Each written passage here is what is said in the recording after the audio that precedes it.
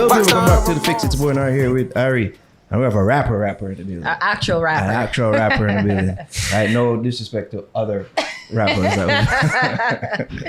Shout out Jacka. But before we get to that, we have to say big ups to our sponsors. Itopia Life Herb House, where cannabis and culture combines for one of a kind experience. You can visit them at 10 West Kings House Road, just across on Canadian Embassy. Also, you can follow them on Instagram at Itopia Life or visit their webpage at itopialife.com for the latest info on strains and merch. Also, a big up. Jamed's International High Power Meditation is the key. Meditation enhances divinity.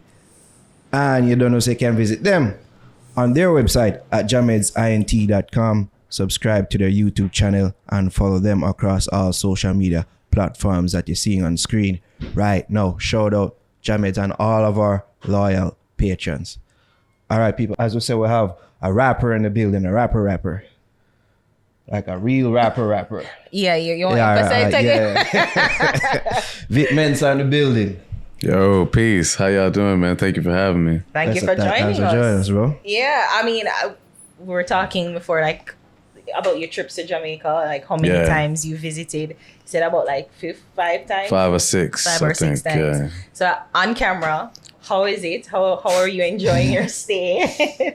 I love Jamaica, man. Mm-hmm. Jamaica was the first vacation I think I ever took when I started making music. Oh.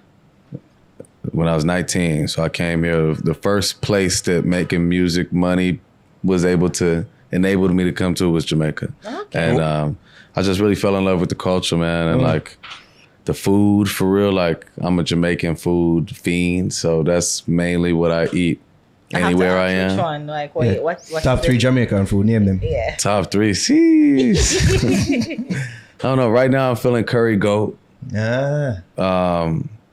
Of course, jerk chicken. Mm-hmm. Of course. I really like to eat a lot of patties and cocoa bread, man. Great. You know, but I'm also, what I want to learn about is like the Ital vegan food, since I've been eating more plant-based. Oh, we so can't like, help you there. Yeah, wrong place No, to we learn about. can't There's like help a you there. sorry. curry vegetable roti I be eating when I'm somewhere in New York, you know. I try to mix it up, man. You know what I mean? Health is well, them say, but yeah, we can't go on with that. It's in the space of enlightenment, right? She said, I can't help you with that. That's funny. So I was going to ask, what is it about Jamaica that made it the first destination that you know, they say, I need to come here for my verse and vacation as an artist? It's funny because I was watching an interview Sue, and he said that people mistake that your father is Jamaican. Yeah. That you have Jamaican heritage. So No. Yeah, my father is from Ghana. Yeah. But growing up in America, people often did think that he was from Jamaica. Yeah. They're just ignorant and like You said it. can't really differentiate between like an African accent or a Jamaican accent, you know. But funny enough, I've come to learn just through my time in Ghana and studying things.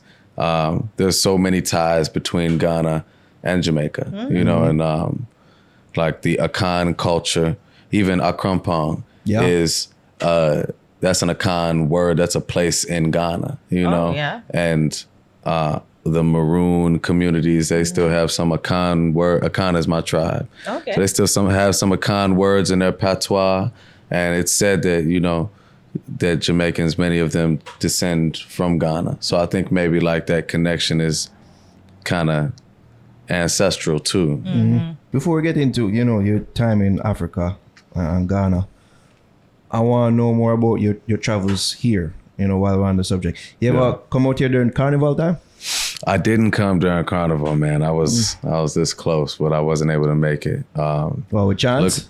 It looked like a good time. It was a good time. According to people. Yeah. We weren't there. You didn't go? No. I'm wondering if you didn't want to get in the type of trouble that he seemed to get into. Oh, man, you know, I wasn't there, so I couldn't get in any trouble. When you saw the clips, you were like, that looked fun. That was what you said. I was like, it should look bussin'. So next time, we're like, next year. Yeah, I'll come next time for sure. I definitely want to come to the next carnival. What did you think about it though? Because there was this big conversation about it. Especially in American Twitter, like I see it on the Twitter space Shade, that, they mentioned the responses from people there. It's like there's so much that people don't know behind the scenes. Mm-hmm. And so I think that the narrative that was run with maybe wasn't entirely reflective of the reality of the situation, and ultimately though, it's like that's his family, and I feel like they've had their conversations. That's something for them to deal with, you know what I mean? But I know he didn't intend it, No, because culturally it's not a big deal. To that's us what here, I'm saying. It really is not a big deal. Well, to some people, to most people who ain't partaking carnival, like that's right. Part for the course. I thought that was the MO at carnival. I thought that's what people do,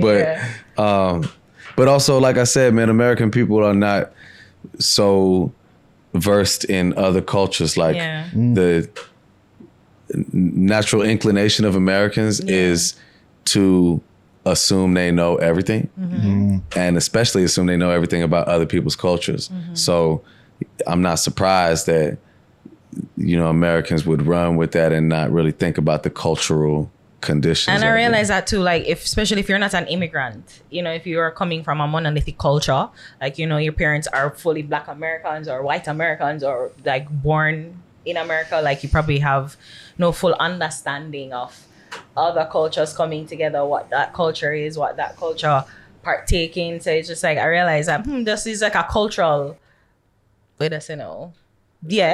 Divide and disconnect. In Chicago, we actually have that's like deep in our culture too. So we got something called Juke music, and what you guys call winding is what we call juking, and so it's like that's a regular thing in a party for us in Chicago, and it wouldn't be a big deal, but when it's on every blog, all over the internet, then people start to make it a big deal. I didn't think it was that big of a deal, but the internet, they got a mind of its own. We call it juke too. Juke, girl, juke. You call it a juke too? I saw we have a elephant man have a song named Juke, girl, juke. You do? The action of it. Like, the action, that's what we call a juke. Yeah, so it's like we do whole juke parties where it's like the whole point of the party is just people juking, like you getting a juke like this. That was our entire upbringing. That was our whole youth. It's like very similar in a way. Yeah, daggering. We grew up on daggering. All that, all that. No, we do all the same shit in Chicago. You be laying on the ground getting a juke. So you get it. So people holding you up left and right, like back on the wall, your feet all the way over here, like wild. Yeah, that's just the culture in Chicago. But it got crazy. To go there, don't Javi. He said, "Do I?" Javi love to visit. I mean, just to bring it back to, because you guys, Chance and yourself, are the Black Star Line festival that you have, and I'm wondering if that was kind of the idea too of kind of broadening the idea of cultures, especially to Americans who really aren't familiar, aren't really aware of like their history too, of where them come from, especially like the whole slave trade, blah, blah, blah, blah. So it's just like, is that one of the motivations for the Black Star Line Festival? Yeah, the real motivation behind the Black Star Line Festival is to connect Black people of the globe, to focus on our similarities and our connections, and also our differences and how beautiful they are, and how necessary it is for us to be unified. You know what I mean? Like, Black people in Jamaica, Black people in America, Black people in Ghana, Black people in Ethiopia, Black people in Panama, just globally, a unified festival of art and culture where,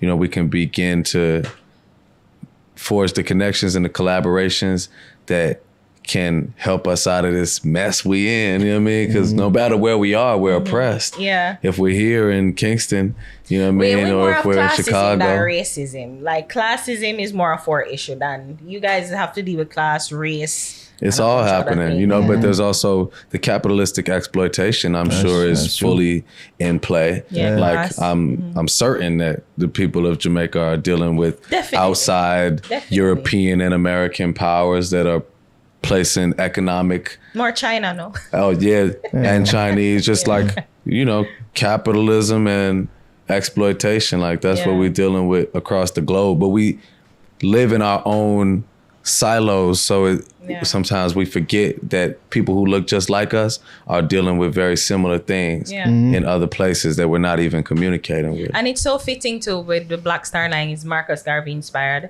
I'm assuming. Of course, you know, because that was his whole belief too with the ship and the newspapers, that the businesses that he started, it was trying to push black commerce. So I'm assuming that was the idea. And you started in Ghana, so to bring it here in Kingston, again, it's fitting that you want to have the festival here in Kingston, that because of Marcus Garvey. Yeah, Marcus Garvey's Black Star Line is a huge inspiration, and his dream to unify Black people over the ocean, I think, is the way that we dream to unify us through music and through art and culture. And even the first founding president of Ghana, Kwame Nkrumah, was hugely inspired by Marcus Garvey. Yeah. So Ghana's national soccer team is called the Black Stars. Yeah. The arena where we did the concert is Black Star Square. There's a huge statue of a black star. There's paintings of Marcus Garvey. Yeah. So like,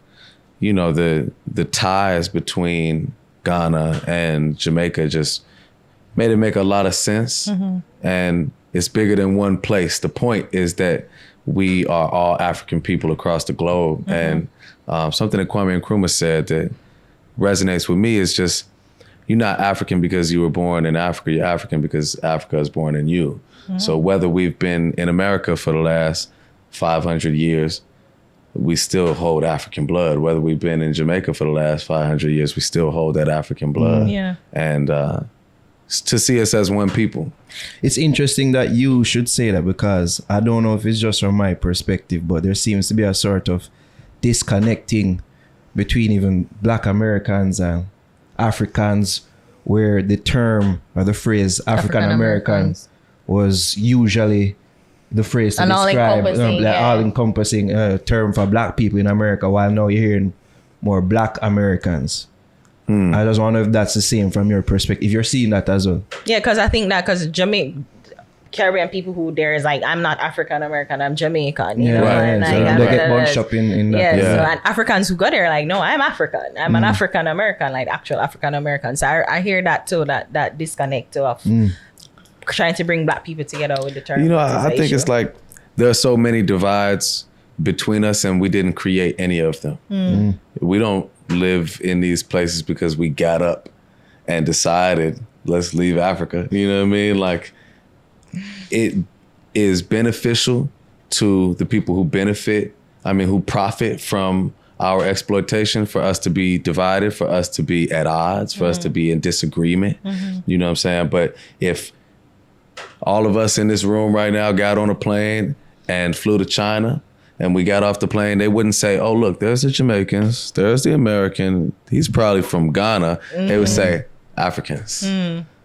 That's the rest of the world looks at us like that, you know? But there are there's a lot of disagreements, and there's a lot of miseducation, and, you know, people looking down on each other within the Black American sphere, the African sphere, the Caribbean. Obviously, everybody's not on the same page all the time, and I don't believe that we have to be to like respect and value each other, you know, because even hip hop being, you know, probably the most ubiquitous form of communication on the planet. Like, there's a hip hop in every country on the planet, whatever language you speak. It's probably the most listened to popular music on the planet right now. And hip hop is a direct outgrowth of Jamaican music. Yes, thank Jamaicans, you. I was just about to say, Jamaican DJs and dancehall MCs and in New York, like, you wouldn't have hip hop without DJ Jamaican music. You know what I'm saying? It's like intrinsically linked. You're right. The Black Star Line Festival, was it always a plan to bring it here in Jamaica, or was it that, you know, after the plans in Ghana and seeing how that went, you're like, okay, we need to bring it to Jamaica? I think it was like always a plan to make it move around, you know? And in all honesty, a lot of it is happening on the fly. It's like we freestyling a lot of this. So wait, I figured that. It was like off our whim. Say, oh, Kingston, yeah, Jamaica. With intention, but it's like, yeah, we definitely freestyling a lot of this. It's come together really quickly. Even from when I first told Chance about the idea I had for a festival, that would be a traveling festival. Okay. In Ghana. That was only like January of last year. So we, in 1 year, did the first one. Yeah. And, like I said, it's like the ties from Ghana to Nkrumah to Marcus Garvey and Selassie, it all makes sense, you know? To bring it here. So, I mean, I saw that Chance, he was, I don't know if you were a part of the meeting at the Jamaica Embassy, to see how much the talks to have to bring together the bilateral talks between USA and America. So in that discussion, you see where you could have the festival, you see where you can keep, you see the people that you want to have, or Jamaican local acts that you want to have on the festival. Is that how far in the discussions are? Yeah, we're still figuring it all out, but we've definitely been reaching out to artists and meeting with people in government, meeting with production partners, and just music industry players, and went and sat down with Rohan Marley, and bumped into Stephen Marley. Zuri Marley is a friend of mine from a long time ago. Her mom is actually a really dope producer out here too, that does a lot of film and TV and different events, and we were just meeting. She also works with Coffee, who's somebody we love and, would love to get on a festival. We was out here riding bikes with Popcorn and them last time. You can't be an American rapper and come out here and not link with Popcorn. That's a thing. Has to happen. Hey, the way Popcorn and them move through the streets, man, it's beautiful to see, Like, they really run the streets. I'm not gonna lie to you. Like, they got... Probably was like the convoys, 10, 20 bikes. Yeah, you know what I mean, we've heard numbers of 40. And when the police pull them over, you just see them. They come over there, man. They telling the police what's going on, and you're like, whoa, wait a minute, that's not how it works. Oh man, that's funny. When you experienced that, how was it for you? That was dope, man. I ride bikes, so I mean, I was just like having fun, But the interaction with the police, because I'm like, I know that issue in America. We all know everybody will have a phone and internet. Right. Honestly, I thought it was gonna be cool because I could tell that like Popcorn and them, they just got a lot of respect, and that people hold them in a high regard. And coming from Ghana doing this festival it's like the police situation is different from America there too. Police will definitely harass you and look for weed and stuff, but you're not worried that the police gonna shoot you or something. And in general, for me, I don't try to move through the world with fear. So I don't try to hold on to that. Again, watching the interview with Sway, is like you talk about the anxiety that you feel, like the difference in how you feel in America and I guess Chicago, where you come from, and Ghana, like the difference that you feel, and it almost describe like you're two different persons when you're in the two different locations. You feel that it's the same here too, like you find that you're a different person when you're here? I definitely feel like it's a beautiful experience. Ultimately, I just try to move with respect and like respect the culture of a place where I'm a guest, and I also don't know everything. You know what I mean? Like, I don't know all of the nuances of how people interact with each other here. So I just try to move respectfully. They say, be careful over here, or move smooth in this way. You know what I mean? And I just listen to it and heed guidance. You know what I mean? I just think it's important to come to a place with respect. Because I know I'm from Chicago. So it's like in Chicago, you can have an amazing experience. It could be beautiful and safe. Or or you could think you know everything and you could try to go somewhere where you have no business being and get your ass robbed. Similar everywhere. Yeah. Certain parts in Jamaica. Yeah. Speaking about what you don't know, I want to know what you do know in regards to the music. What you hip to out In here? local Like dancehall even with the music, newer dancehall music. Yeah, I mean, you know, I DJ too, man. So I've been DJing like a lot of Skillet Bang. Yeah. I play some Vibes Cartel. Of course. They've been telling me that I need to listen to Valiant. Yes. So I'm, you know, putting that on the playlist, and Protege and Chronics. And but now y'all gotta put me on something though. Y'all gotta let me know what to listen to. That's what we're here for. I just want to know like what you want to. Yeah. And I mean it too, like, and let's move it to music too, because, you know, I don't know how, as I say, hip you are to our music. You know, it's definitely changed. For our sound has definitely changed. Like, do you find that experience too? Like, what you know dancehall is like in the early 2000s, even late 2010s, and compared to now, like, is it the same for you? You find the same feeling? Are you liking the new sound? I love the new sound. I mean, like, even just like Skillet Bang's music, it definitely was different from dancehall that I've heard before. Yeah. Like, made me think of drill music in Chicago, honestly. But still the rhythmic cadence, it like holds that classic dancehall, but it's new sounds going on, you know? I always have felt like Jamaican artists though, like have some of the most creative uses of their voice. Yeah. True. Yeah, true. And I think too, the reason why I say that, because there's like constant discussions that we have here on the podcast. You know, the sound, like, is it working? Is it not working? What do Americans like? What do Americans want from us? What they expect from us? So you as a DJ too and a musical artist. What you love? Nothing. Oh, yeah. That look like an inside joke. Yeah.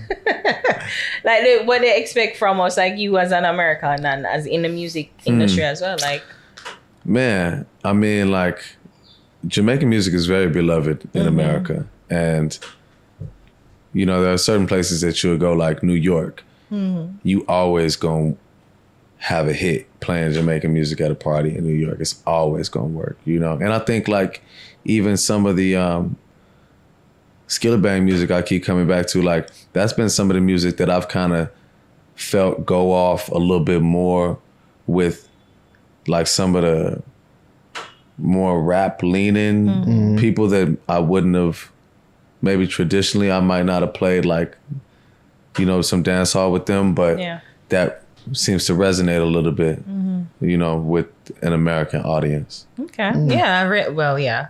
Because American music is violent as fuck. It is, especially from Chicago. So they're like, yeah, I can get down with this. And even so, Jamaican gunshots. They like, Jamaican like dancehall can give you a run for the money. It is, right? Yeah, for real. That's one thing I was saying to her yesterday is like, in that way, I feel like Jamaican music parallels American music to me, that there are these two polar opposite sides of the content. Like, it could be like reggae is very spiritual.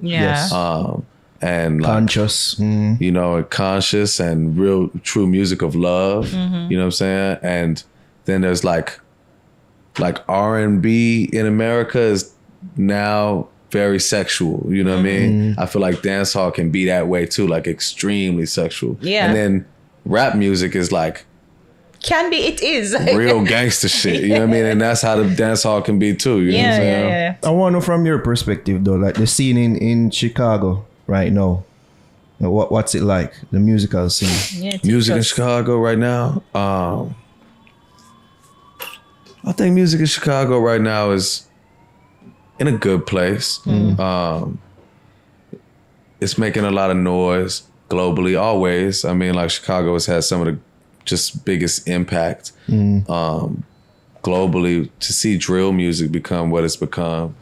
I mean, they have a drill scene in New York. They got a drill music scene in London. They even have a massive drill music scene in Ghana. But it started in Chicago. That's what you're Yeah, it saying? started in Okay. I Chicago. didn't know that. Mhm. But a lot of Chicago artists don't do it anymore. You know, it's Why? like they started the sound, and I don't know. I think it kind of just blended into rap in general, and many of them Okay. didn't stay on those same rhythms. Okay. You know, So it isn't a thing where everybody else doing it, so it's corny now, so let's stop doing this shit. you know, it's like when you have something and it's very influential, but you move on, and other people then are birthed out of that sound that you did then, you know, and you ain't even doing it no more. But you know, there's a lot of interesting music always in Chicago. It's just a creative place. But it's also like not a place of so much collaboration, you know what I mean? Because it can be really caught up in a lot Gang of shit. gang shit, you know? So it's not like certain other places where all the artists collaborate with each other. And, you know, I try to bring that to it though. So I won't speak it into existence that Chicago cannot be that. You know, I feel like I play a role in bridging that gap and bringing artists from different places and different spaces, different worlds together. Because you and Chance is from Chicago, right? Yeah. And you guys are frequent collaborators from what I've, you know, gone through your discography. So it's just like that can happen. It can happen where collaboration and working together and forming strong 100%. musical ties. Yeah. Yeah, 100%. And the overall scene in hip hop now, it seems like the females are running things. Yeah, they are for sure. They definitely are. I think that's great though, you know? I mean, especially because hip hop music has been so misogynistic and is so misogynistic that I do think it's very necessary for the women to like really be at the forefront, because it seems like hip hop often makes them the butt of the joke, you know? And so for them to be like, man, actually we scamming y'all niggas. It's almost trolling, or probably even making themselves the butt of the joke. Shout out to City Girls. Eh? Booty hole brown and all them I things, can't right? remember, man. Sexy red and all these people. Right, you know, it's a lot going on. It seems crazy, but then when you hear reports that, you know, the Billboard, it was a report that there hasn't been a hip hop album in the Billboard 200 since the year started. Number one, and also the Billboard 100 as well. So with those reports out, it almost like it wants to paint the picture of there being a dip within hip hop in a way. And that lends itself to the rise of Afrobeat, the new sound that's coming out of Africa. Afrobeat is a beautiful music, Yeah. you know. Afrobeat is music of light and love. Yeah. And much of American music exists in the darkness. So I do love that about Afrobeat. I think also that speculation about a dip in hip hop's impact is also complicated, because every music is influenced by hip hop in some way, whether they're taking the drum sounds from trap music. I mean, most of the pop songs on the radio are now using like 808 sounds, 808 drum sounds, and 808 bass from hip hop music. So, I mean, most of the dancehall songs you hear now, there's basically a subgenre called trap dancehall. Yeah. I don't know if you've heard. Yeah. you know, it's so impactful and it's so influential that it's like, I don't know if it's really like fair to say that hip hop is less, you know, important right now because of the Billboard 100 or something, because everything has hip hop in it, even if it's not. I mean, even the country music, you know what I mean? The biggest country artist right now is a dude named Jelly Roll. So that's like white America's music, it's country music, you know what I mean? And Jelly Roll, he just had the biggest country album, but he's a rapper. He spent his whole career was like rapping, but he's rapping about like white country stuff, you know, like tractors and you know, Ford trucks. But he's nice though, like he can rap, but he's a rapper though. So now he's making it. So now his album is the biggest country music. So he raps doing country music? Yeah, he raps on country music, but this album he has right now is straight country. He's singing. Oh, but I okay. just say that to say that it's like everything's got hip hop in it. Even if hip hop maybe is not performing as well on the charts, everything else is still hip hop inspired. So you take claim for it even though it's not full hip hop. For sure.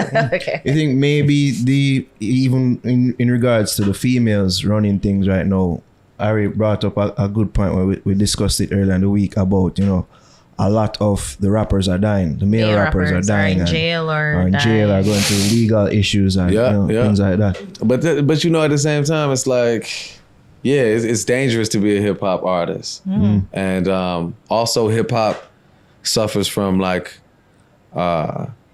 just like a corrosive culture. It's eating itself alive, man. It's like, it's the norm for artists to rap about real crimes they really doing, with details. You know what I mean? And it's like, it's just a fucked up cycle because it's like the labels and the media and the blogs and the algorithms, they promote that content because it gets the most engagement. Yeah. And so that makes artists feel like, okay, well, this is the best way to get paid. So it's almost like they're rewarded for this quote unquote bad behavior. So it's like, if I'm getting paid for it, then why change? If that's what's making the money, so then, artists are going to lean into that. They're going to lean into, dissing people and like speaking about the real life crime that they're doing, you know what I mean, in vivid description because it's making money.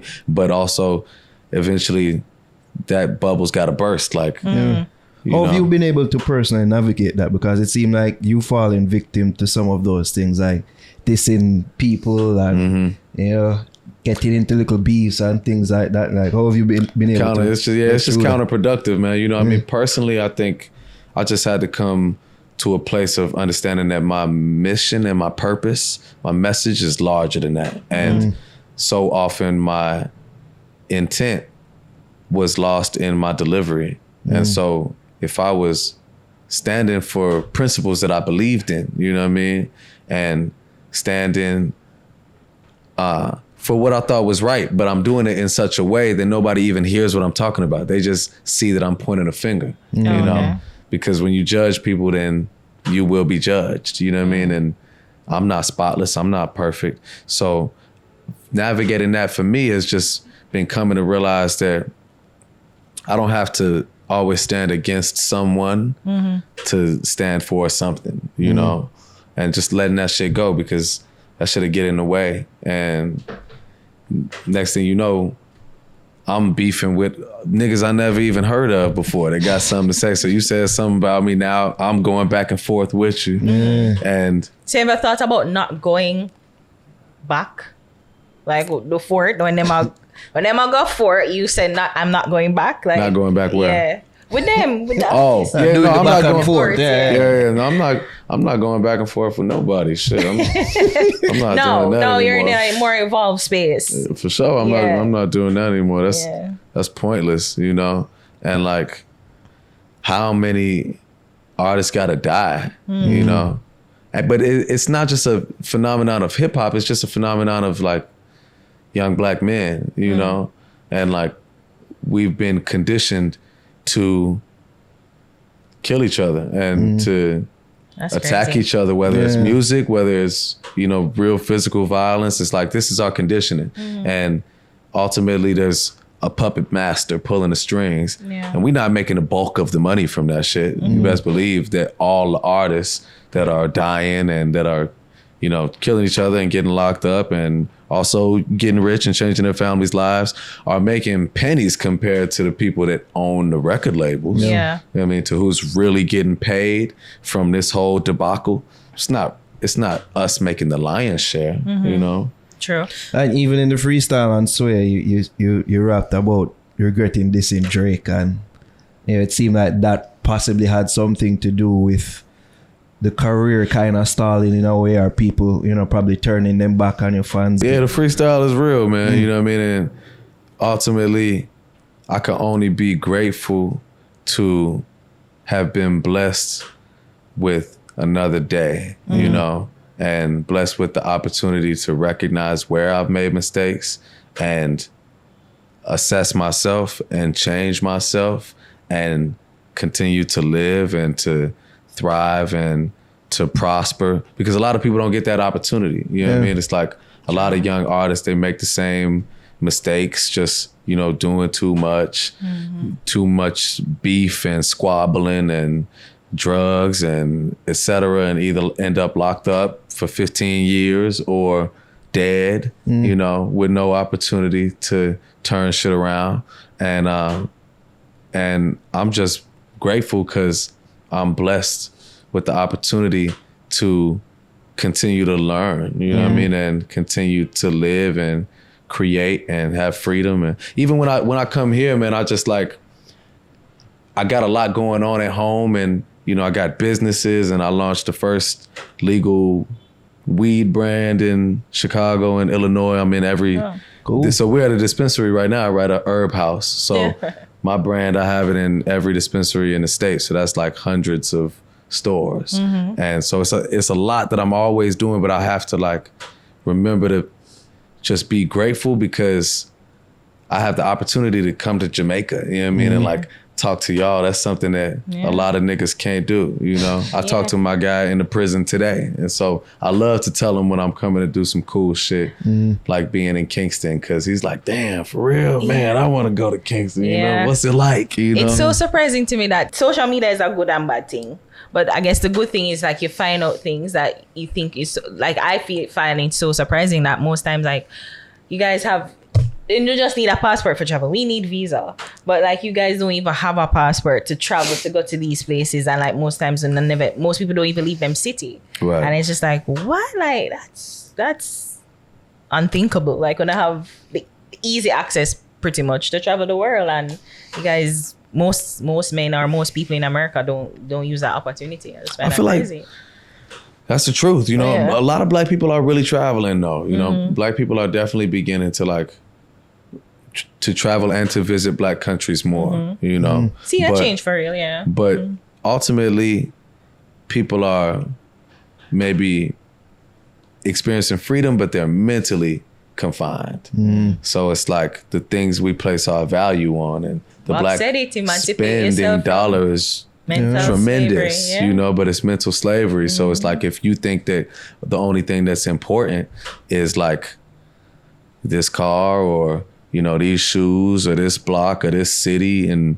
validation from these people, then you may not understand how important and valuable it would be for you to come and experience Jamaica, to come and experience Ghana, to, you know, travel the world, because your perspective is conditioned by, you know, what you know. So would you say that has helped you to mellow out, like even your travels to Ghana help you to find yourself consciously and to more look inward?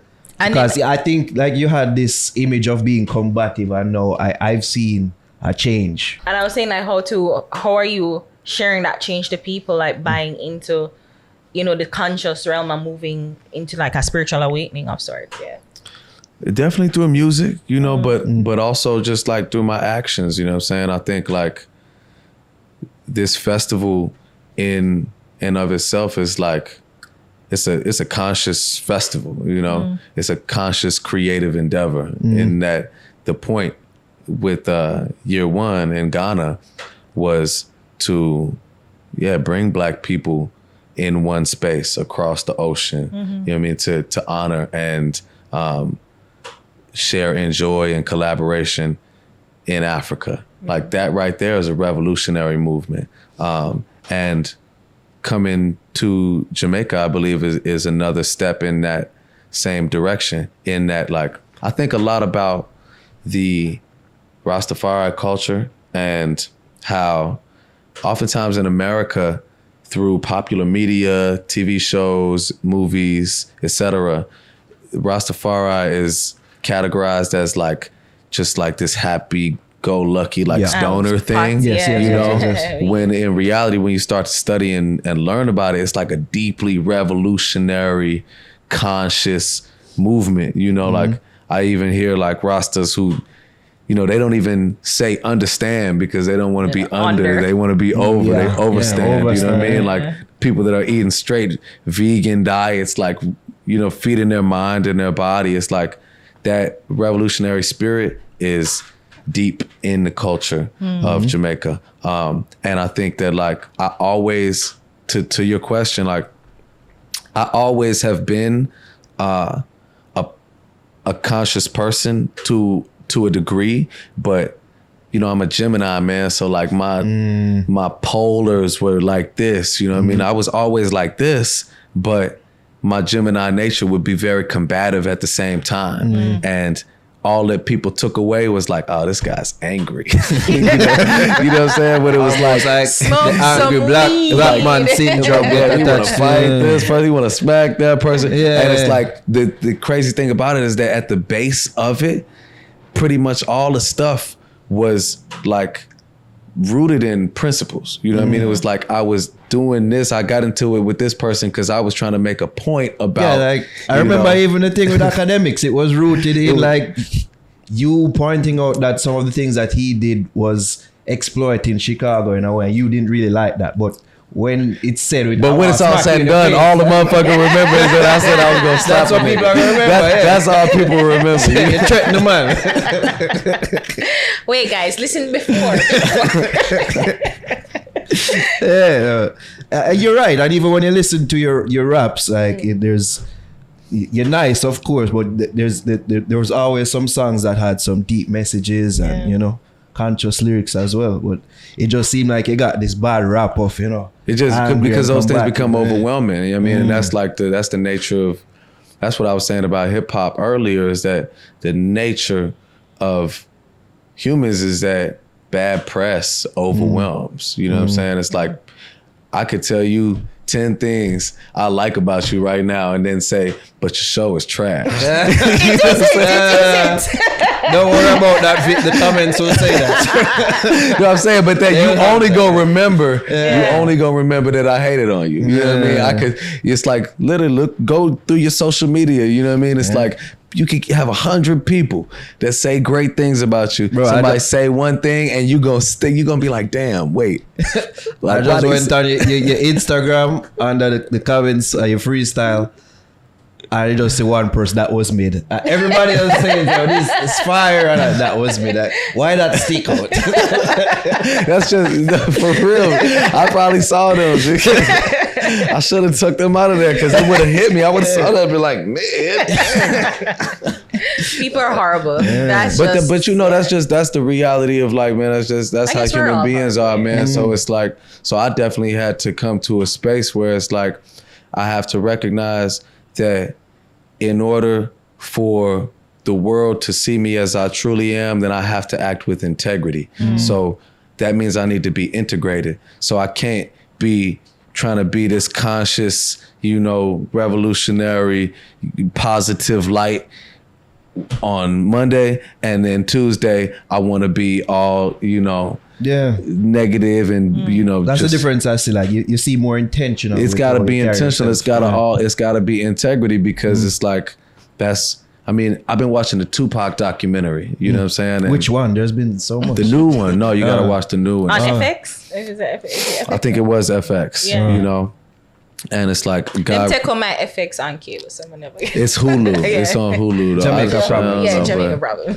But you know, God rest his soul. That's one of my greatest inspirations, and obviously he's also a Gemini too, right? He's a Gemini, so that's the explanation. Yeah. It's like here you have Pac who made Dear Mama, which is like arguably the like great poetry. Dear Mama and Brenda's Got a Baby, like probably the most pro Black women like rap songs, conscious music of all time, but then he ultimately lost his life.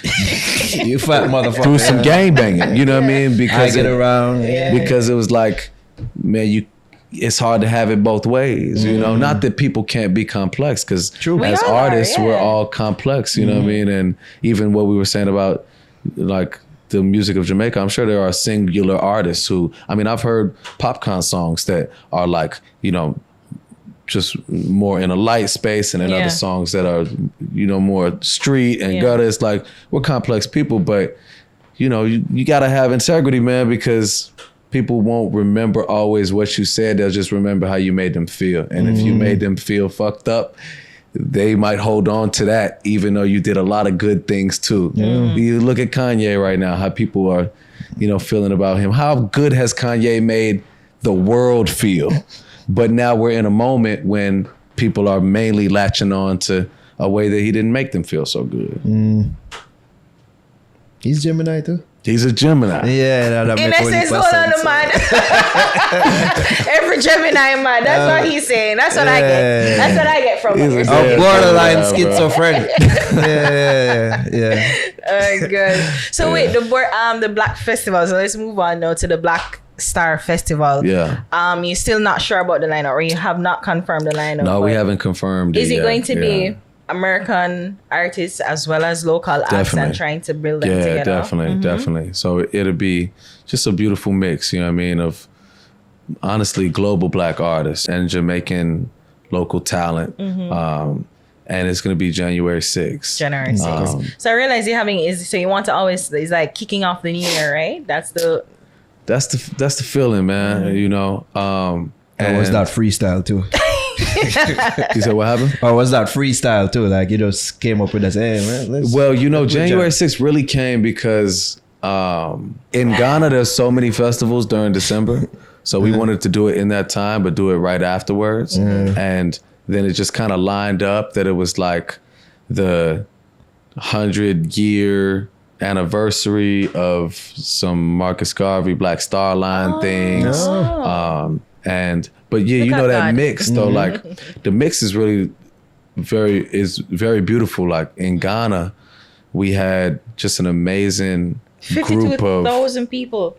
Yeah, the people were phenomenal. It was peaceful. It was safe, and seeing these artists like an Erykah Badu and a Dave Chappelle sharing the stage with the biggest artists in Ghana and a guy named Sarkodie and these young guys called the Asaka Boys who do Ghanaian drill, but they do it in all like tribal war gear with their faces painted. Just seeing it all come together was like, it was a beautiful moment because I had never seen something like it in an intentional way. Of course, you have artists that come and perform in Africa, but for them to be sharing the stage and making this statement that, look, we're all Black people and we are all one people.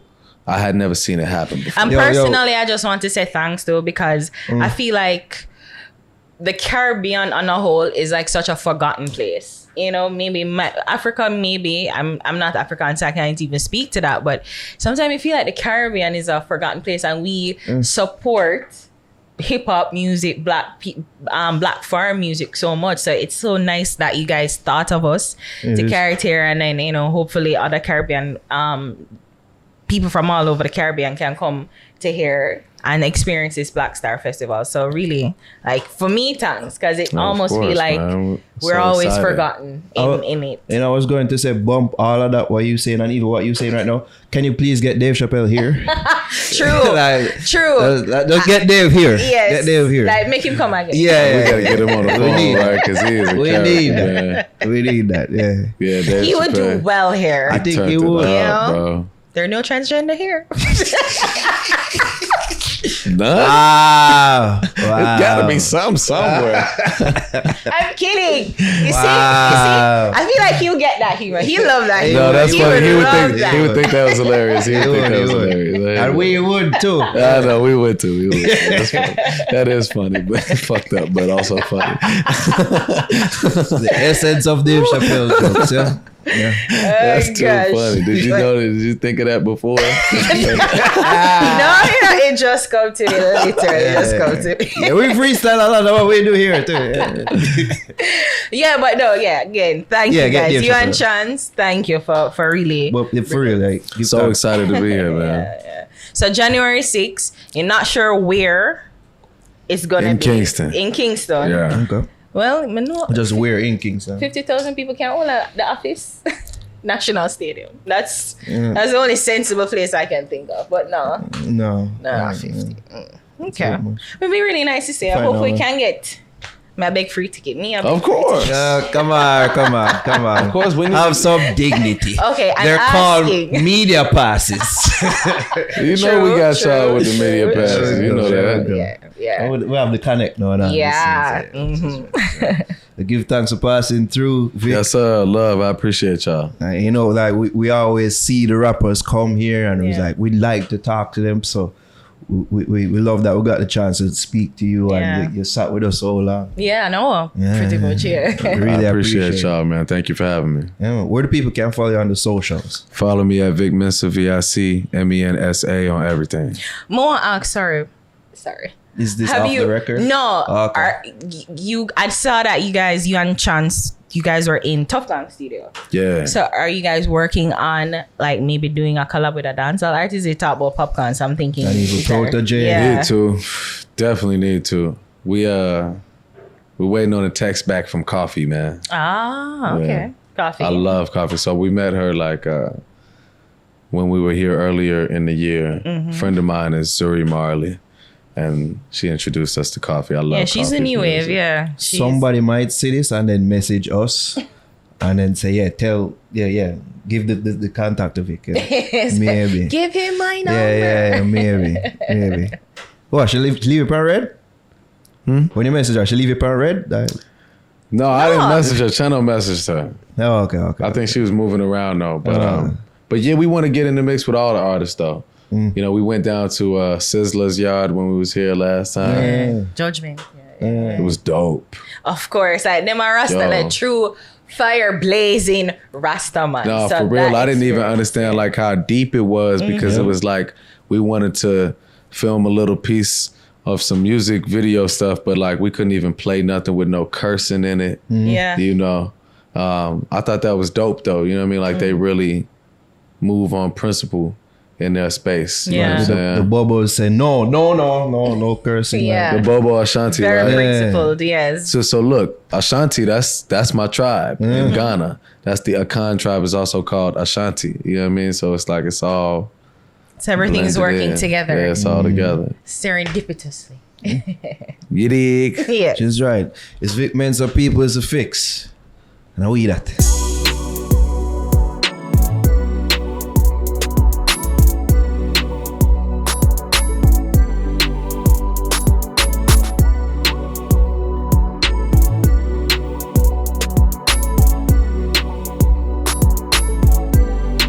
Yeah.